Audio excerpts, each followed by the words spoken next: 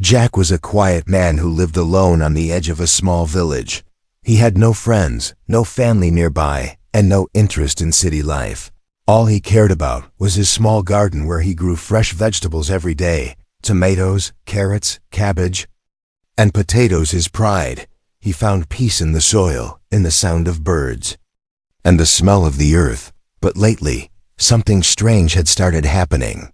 Every morning, when Jack went out to his garden, he noticed vegetables missing. At first, he thought maybe it was animals, rabbits, maybe even deer, but the bites were clean. The vegetables were picked carefully, not eaten roughly. He found no footprints, no broken fences, and nothing on the ground. After 3 days of missing vegetables, Jack installed a camera. He set it up near the tomato plants and waited. The next morning, he ran to check the footage. The camera showed nothing, no movement, no intruders. And yet more vegetables were gone. This doesn't make sense, Jack muttered to himself. He was a former soldier, trained to notice small things, and this was no ordinary thief. So that night, Jack made a plan. He took his old army flashlight, grabbed a small stun gun, and hid behind a tree near the garden. He waited in the dark, completely silent. Hours passed. The wind blew softly, and the night was quiet. Just when Jack started thinking it was useless, he saw something move, not a sound, not a step, just a shimmer like a heat wave in the air. He narrowed his eyes and raised his flashlight slowly. And then suddenly, a figure appeared out of nowhere. It was a woman, but not human. Her skin was light blue. Her eyes were big and glowing softly.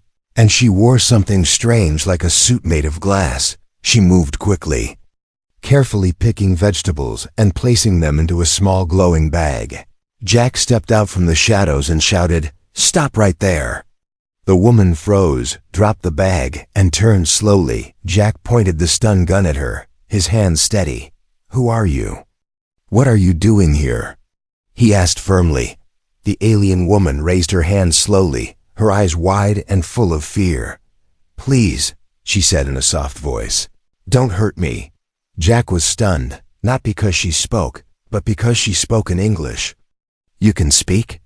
he asked, lowering the gun slightly. "Yes," she replied. "I learned from your broadcasts, from your signals in the air." He stepped closer, still cautious. "Why are you stealing my vegetables?" he asked. The woman looked down, ashamed. "My children are hungry," she said, her voice trembling. "We crashed here months ago. My ship is broken. I have no way to feed them." Jack paused, unsure what to say. His soldier's heart was trained for battle, not sympathy, but this was no enemy. "Where are your children?" he asked. She looked toward the dark forest nearby. "They are hiding there, too weak to walk. I only come here at night so you won't see me." Jack looked at her, really looked at her. She was thin, tired, and scared, but not dangerous. "You should have just asked," he said, lowering the gun completely. "I didn't think you would help," she whispered. Jack took a deep breath. "Follow me," he said.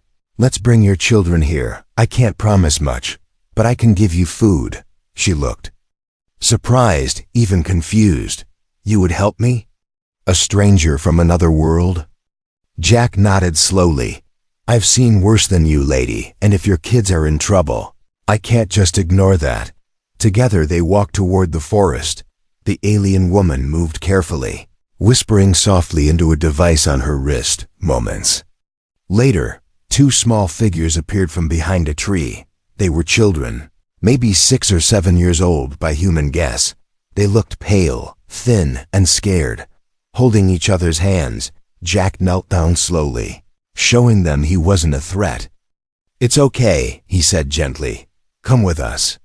The kids hesitated, then walked forward, holding tightly to their mother's cloak. Jack led them all to his barn, opened the doors, and made space with blankets and food. "You can stay here tonight," he said. "Thank you," the woman said, tears in her eyes. "My name is Lyra," she added. "Jack," he replied. "Just Jack." As he locked the barn door behind him, he looked up at the stars. Something deep inside told him this was just the beginning. The night was quiet, but in the distance, a strange humming sound echoed in the sky. Lyra's eyes widened. "They found me," she whispered. Jack looked at her sharply. "Who?" he asked. She turned to him, her voice shaking. "The ones who want us dead." The sun rose slowly, casting a golden light over the fields, but Jack didn't notice the beauty of the morning. He sat outside the barn, holding a cup of coffee, staring. At the locked doors, inside, an alien family was sleeping. And Jack was trying to understand how his quiet life had changed overnight. Just one day ago, he was a lonely farmer. Now he was hiding an alien mother and her 2 children in his barn. It sounded like something from a comic book, but it was real, too real. Inside the barn, Lyra opened her eyes. Her children were still sleeping, their tiny hands clutching pieces of bread Jack had given them. She touched their foreheads gently, her fingers glowing faintly. A small smile appeared on her face, but it didn't last long. Her eyes went to the corner of the barn, where her broken tech was hidden under hay. Jack entered with a tray of food, eggs, toast, and some milk. "I don't know what you eat, but this is all I have," he said.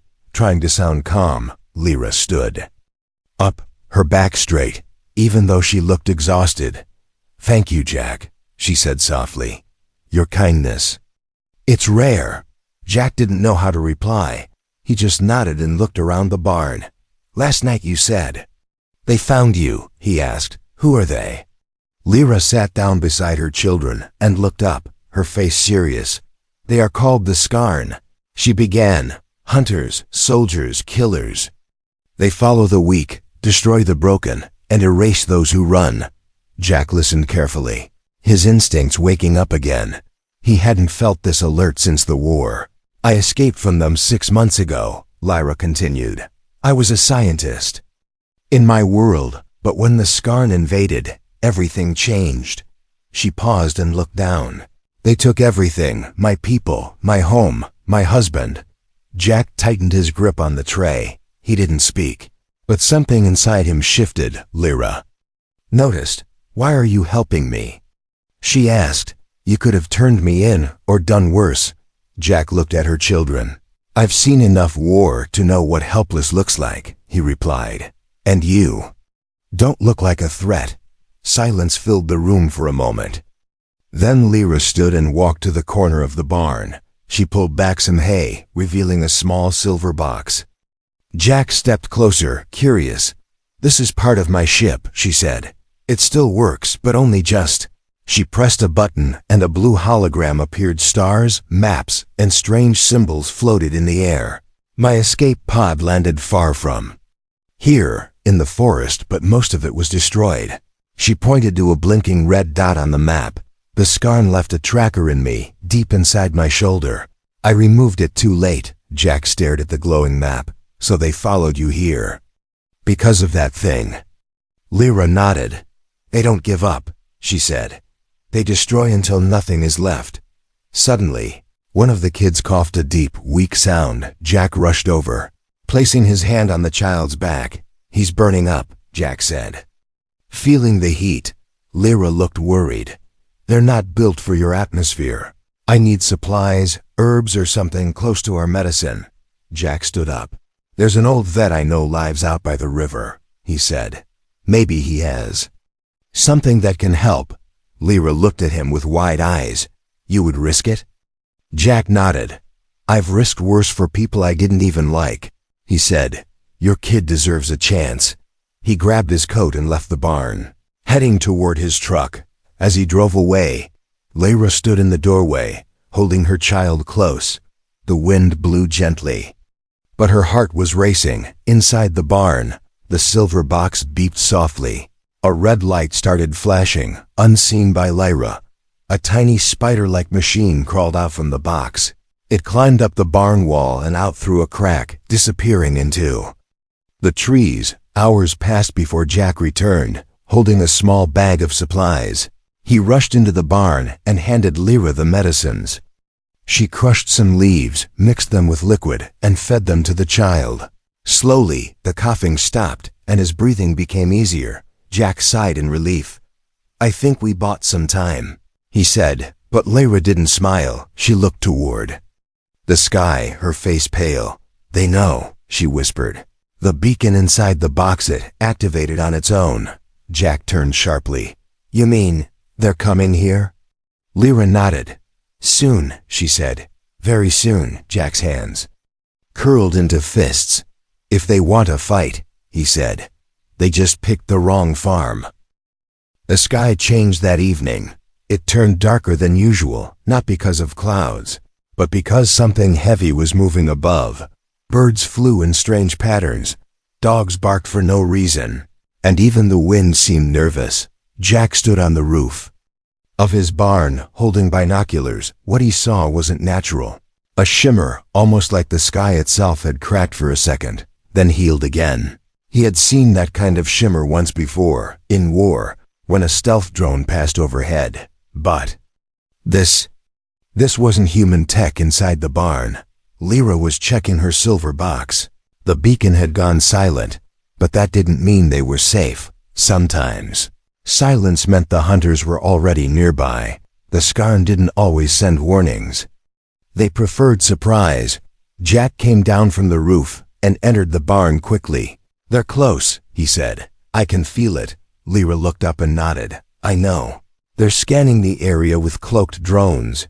She opened another small box, pulled out a piece of clear stone glowing softly. "This will help us see them," she said, handing it to Jack. He stared at the crystal, unsure what to do. "Hold it near your eye just for a second," she said. Jack did, and for a brief moment, he saw them. Dark flying machines circling high above, hidden from normal sight. "That's them?" Jack asked. "Yes," Lyra replied. "Scarn scouts, preparing for a ground strike." Jack took a deep breath. "Then we need to prepare too," he said, his voice calm but cold. Jack didn't waste time. He went to his shed and pulled out his old military trunk. Inside were tools he hadn't touched in years: tripwires, shock mines, camouflage netting, and a dusty black rifle. He never thought he'd use any of it again. "I'm going to defend this place," he said, loading his weapon. "You should take your kids and run." But Lyra shook her head. "If we run, they'll find us again. But if we stand and fight now, maybe they'll stop." Jack was surprised by her bravery. "You know how to fight?" he asked. "Not like you," she said, "but I know how to protect." Together, they turned the barn into a fortress. Jack placed traps along the fence line, dug small holes, and filled them with sharpened sticks. Lyra used her alien tech to create energy barriers near the doors and windows. Night fell fast, and with it came a silence too heavy to ignore. Jack sat inside the barn with Lyra and the children, all of them alert.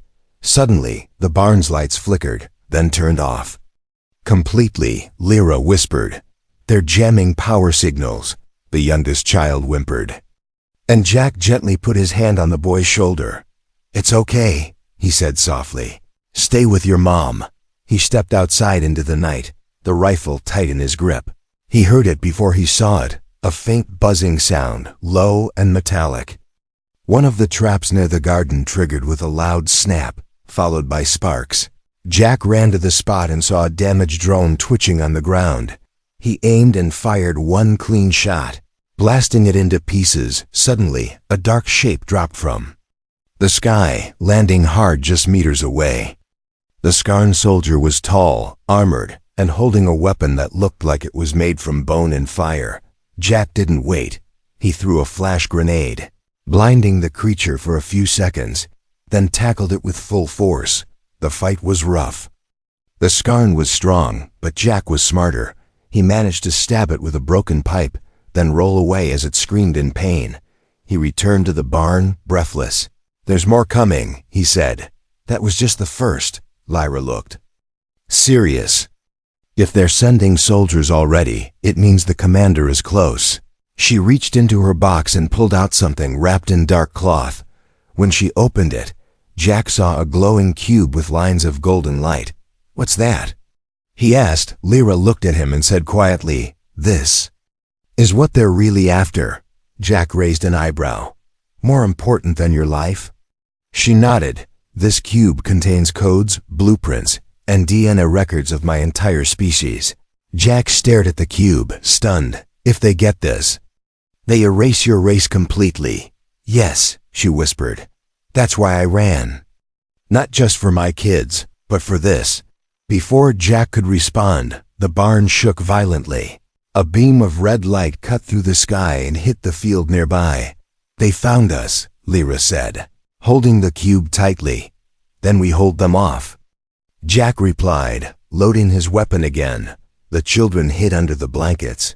Holding each other, Jack and Lyra stood at the door, side by side. A human soldier and an alien queen, both ready to protect one small barn that held more than just vegetables. It now held the future of a forgotten world. Asterisk, the ground still smoked from the last Scarn strike. The field that once grew Jack's carrots was now a black circle of ash and silence. The air smelled like fire and electricity, and the sky above had turned a strange silver color. This wasn't just a chase anymore. This was war. Jack stood at the edge of the blast zone, his face hard and his thoughts louder than the wind. Behind him, Lyra held the glowing cube close to her chest, her children silent beside her. They all knew the same truth. If the Scarn returned tonight, they wouldn't stop until everything was gone. We need to move them, Jack said. The kids, the cube, all of it. The barn won't hold if they hit us full force. Lyra shook her head. They're watching from above. Any movement, and they'll strike again. Jack clenched his jaw. Then we prepare right here, he said. We turned this farm into a battlefield, but this time he couldn't do it alone. He opened an old metal box in his truck and pulled out a dusty satellite phone. He hesitated for a moment, then dialed a number he hadn't used in years. A deep voice answered. Jack, you still breathing? Barely, Jack replied. I need a favor. There was a pause, then the voice said, send me your coordinates. 2 hours later, a black van rolled up the dirt road. Inside were 3 people, former soldiers like Jack, each one carrying gear and scars. No questions were asked, just nods and quiet handshakes. They saw the burns in the field, the strange alien device, the kids, and the fear in Lyra's eyes. That was enough. Jack looked at his team and spoke like a commander again. We're not just protecting them, he said. We're protecting something bigger than any of us. He pointed to the sky. There. Out there, and they're coming. We have one night to get ready. The team moved fast. They built underground tunnels from the barn to the old tool shed. They planted traps in the field, spike pits, stun wires, motion sensors, and homemade EMP charges. Lyra helped too, using alien tech to charge batteries with strange glowing cells. She turned Jack's rusty windmill into a pulse emitter that could disable Scarn drones. Even the kids helped, stacking food, moving supplies, and watching the monitors. They didn't cry anymore. They had seen too much. Jack noticed it, the same look he once had as a young soldier, the look of someone who lost childhood too early. As the sun went down, the farm looked quiet from above, but underground and behind the walls, it was a different world, one filled with weapons, plans, and silent determination. Jack sat beside Lyra, sharpening a knife. You said you were a scientist, he said. How did you learn to fight? She looked at the stars for a moment before answering. I didn't, she said. I only learned how to survive. Jack nodded. I guess that's all war really is. Suddenly one of the monitors flashed red. A Scarn probe had entered the outer perimeter. Jack stood up fast, checking his rifle. They're testing our defenses, he said. Which means the real attack is coming next. Lyra placed the cube inside a metal case, locking it tight. If they get this, everything is lost, she said. Jack took the case from her and slid it into the tunnel under the floor. They won't, he promised. Not while I'm breathing, just then. The youngest child tugged at Jack's sleeve. Are we going to die? The boy asked quietly. Jack knelt down, looked him in the eye, and replied, Not today. The child nodded slowly and went back to the others. Jack stood and looked around the room, at his team, at Lyra, at the blinking lights and loaded weapons. He felt something rise in his chest, something he hadn't felt in years: purpose. "I never thought I'd fight again," Jack said. "Not after what I left behind." Lyra placed a hand on his shoulder. "You're not just fighting for me," she said. "You're fighting for every life the Skarn want to erase." Outside, the wind stopped. A deep humming filled the air like a storm coming from the stars. Lights moved behind the clouds, slow and silent. The Skarn ship had arrived. Jack loaded his rifle and stepped outside, his boots crunching the dirt. He looked up and whispered to himself, "This is my land, and I'm not giving it up." Behind him, the barn lights flickered, the traps armed themselves, and the team took positions.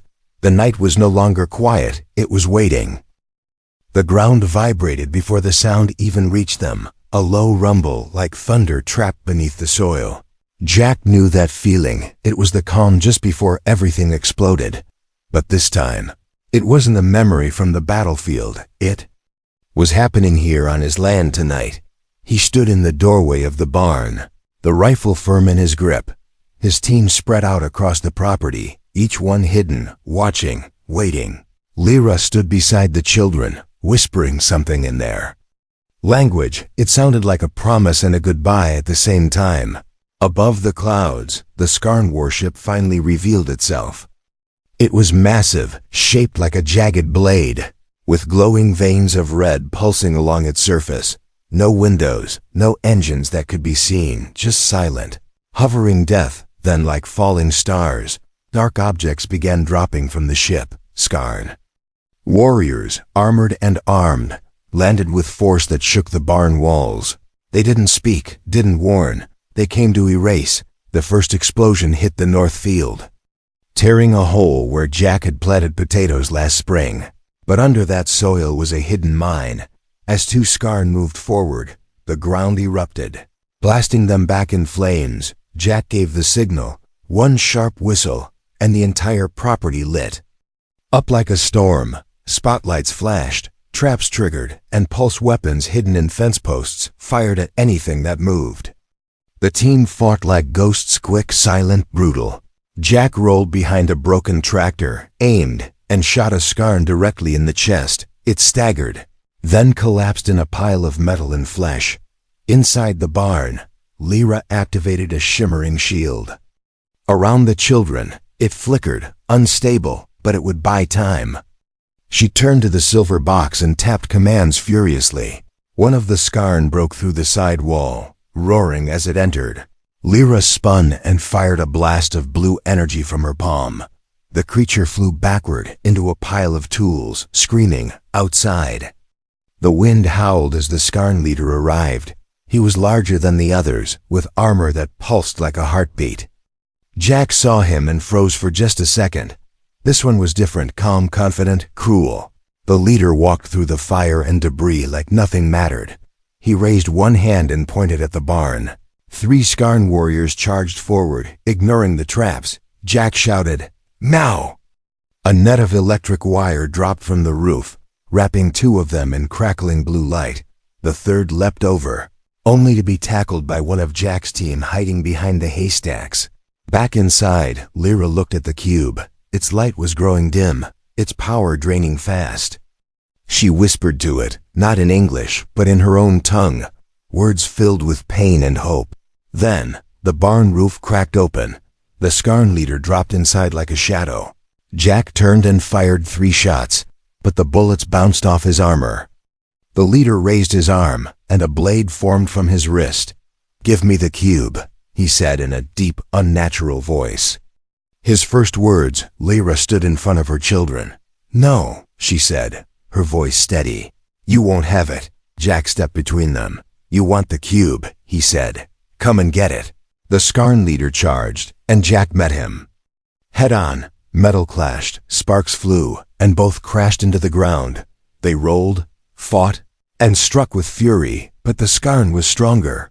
It threw Jack across the room with one massive swing. Jack hit the wall hard, groaning in pain.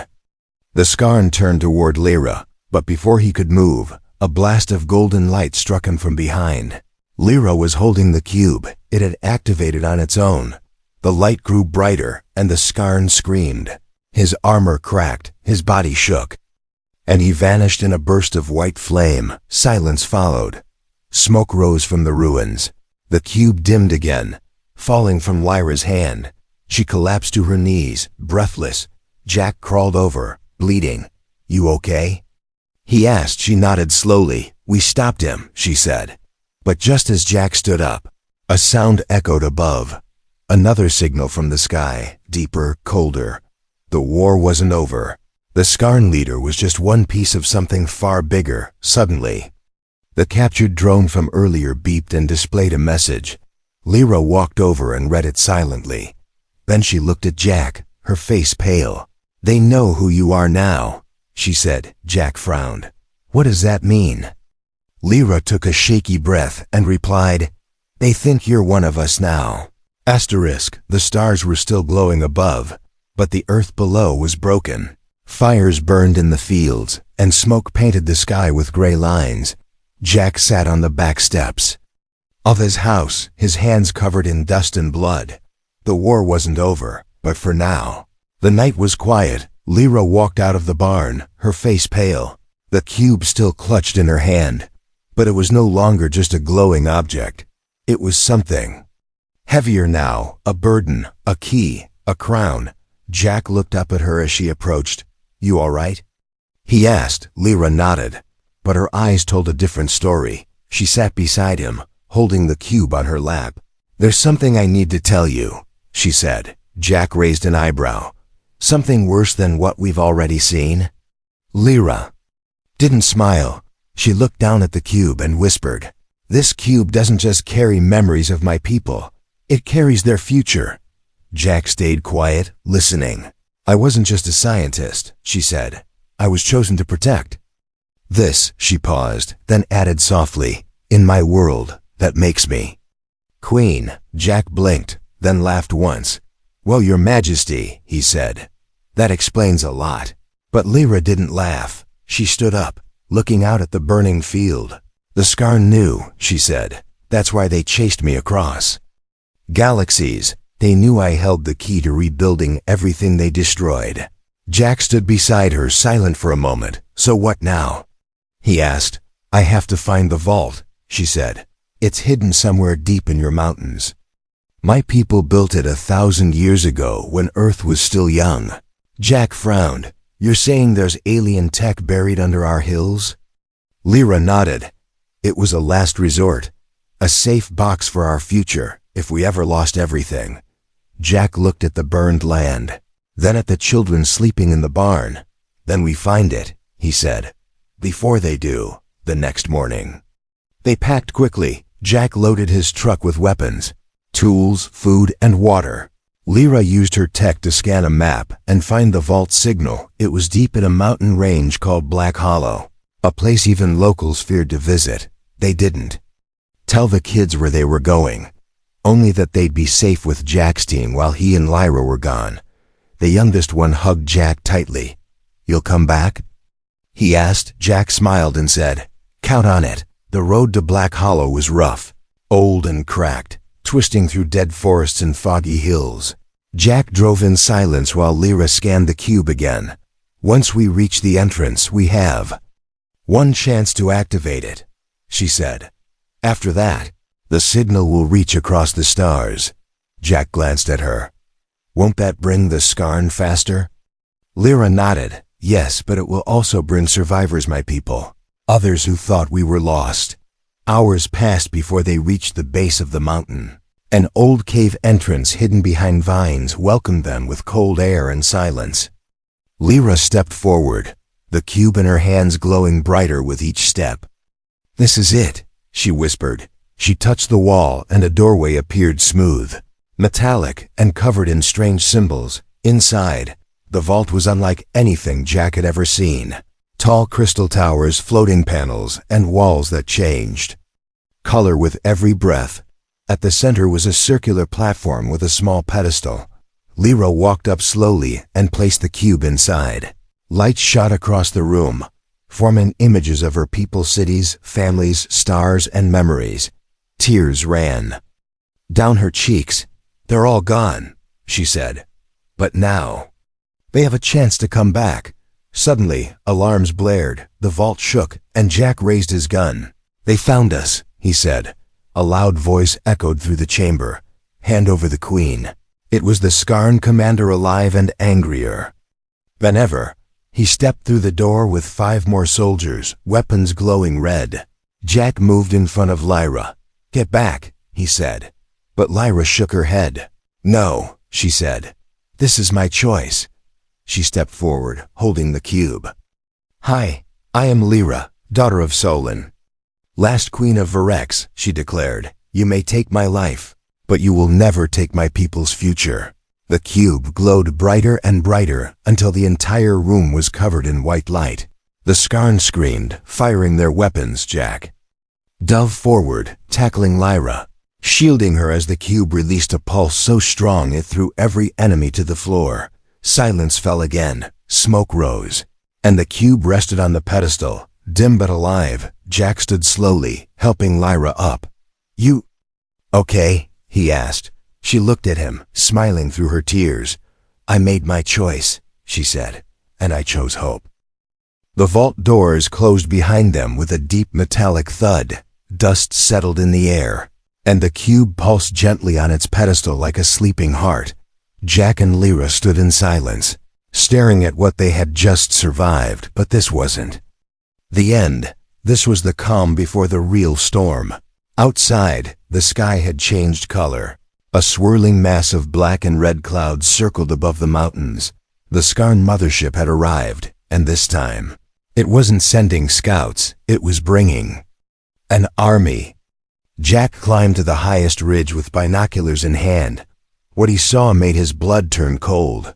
Dozens of drop pods falling like fireballs, crashing into the hills, trees burning, ground splitting. This wasn't a chase anymore. This was an invasion. He returned to Lyra quickly. "We don't have long," he said. "They're surrounding us from every side." Lyra nodded and walked toward the cube. "It's not ready to move," she said. "We need at least 1 more hour to finish the signal." Jack looked out the window again. "We won't get an hour," he replied. "Not unless we make them fight for every second." Back at the farm, Jack's team was already preparing. The kids had been moved to a hidden underground shelter beneath the old well. Supplies were spread out, weapons reloaded, traps rearmed. No one complained, no one asked questions. They knew what was coming, and they knew what was at stake. Jack made one last call on the satellite radio. He spoke only 5 words. "If anyone's listening, now's the time." Then he dropped the radio and walked away. By evening, the ridge around the vault glowed with red light. Scarn soldiers had formed a perimeter, moving in slowly, carefully, but they didn't know Jack, and they didn't know Earth. The first explosion came from beneath their feet. Homemade mines built from car batteries and alien tech blasted open the ground. Jack and his team opened fire from hidden bunkers. The Scarn pushed forward, but every step they took came with a price. In the vault, Lyra stood over the cube, her hands glowing as she poured her energy into it. The room was shaking, and the light was growing stronger. She whispered names of her lost people, one by one, as if calling them home. Outside, Jack faced off against the Scarn commander again. This time, the alien had new armor, stronger weapons, and burning rage in his eyes. "You should have stayed out of this, human," the Scarn growled. Jack wiped blood from his face and said, "I was out, until you made this my war too."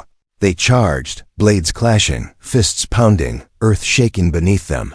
Jack fought with everything he had, every scar, every lesson, every memory of friends lost in past battles. He wasn't fighting to win, he was fighting to buy time inside. The cube let out a soft, rising hum. Lyra's eyes glowed completely now. The floor beneath her cracked as the vault filled with alien light. The cube was ready. She pressed her hand to it and whispered, "Send it." A beam of light shot into the sky, cutting through the clouds. It was a signal, a call to any survivors, to any ships hiding in the dark corners. of space. A voice from a dead world crying out. "We are still alive," the Scarn commander noticed the light and roared in fury. But before he could escape, Jack pulled the last grenade from his belt. He smiled and said, "This is for Earth." Then everything went white. When Lyra reached the ridge, all she saw was smoke, but through it, she found Jack burned. Bruised, bleeding, but alive, he looked at her and whispered, "Did it work?" She nodded, tears falling freely. "Yes," she said. "They're coming." Far above them, the stars shifted, one by one. New lights appeared, ships coming out of warp. Alien signals echoed across the sky, each one answering the call, not Scarn, but survivors. All eyes hope. The invasion had failed, but something greater had begun. Back at the farm, the children ran through the garden again. The tomatoes were growing back, the air was clean, and the fields were healing. Jack sat on the porch with Lyra. Beside him, she smiled and said, "You saved more than my family, Jack. You saved a future." He looked out at the stars and replied, "You came here to steal my vegetables." She laughed gently, "And you gave me a home."